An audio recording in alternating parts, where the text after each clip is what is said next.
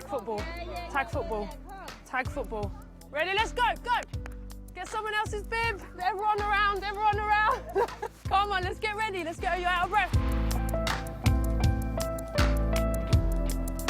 So you moved to the UK at the age of 3. How hard was it for you to adapt?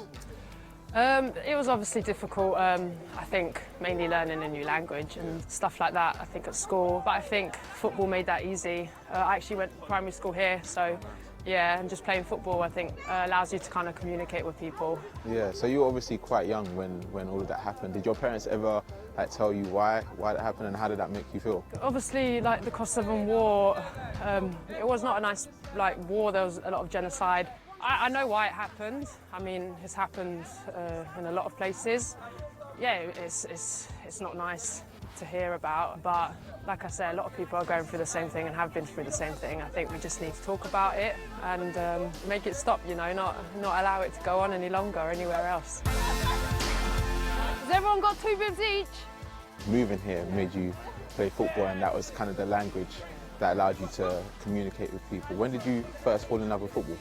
I'd say like a 2-3-year-old, like just having a football in my hands and I'm like kicking it around the house, stuff like that.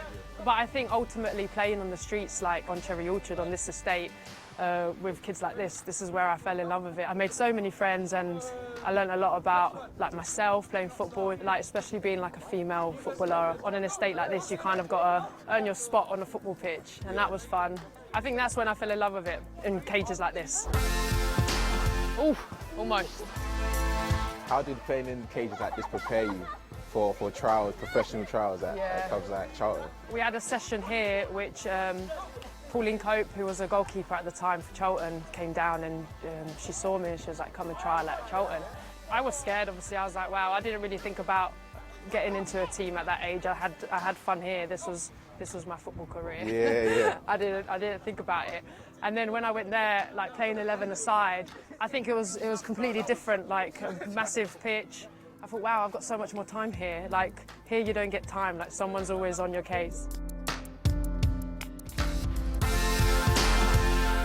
Focus on getting it nice and straight.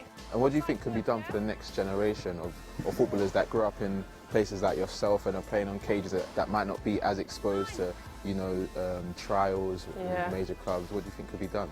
I think it's important for organisations like XLP to carry on and bring people here who can see players, because there's a lot of talent on the estates, I think.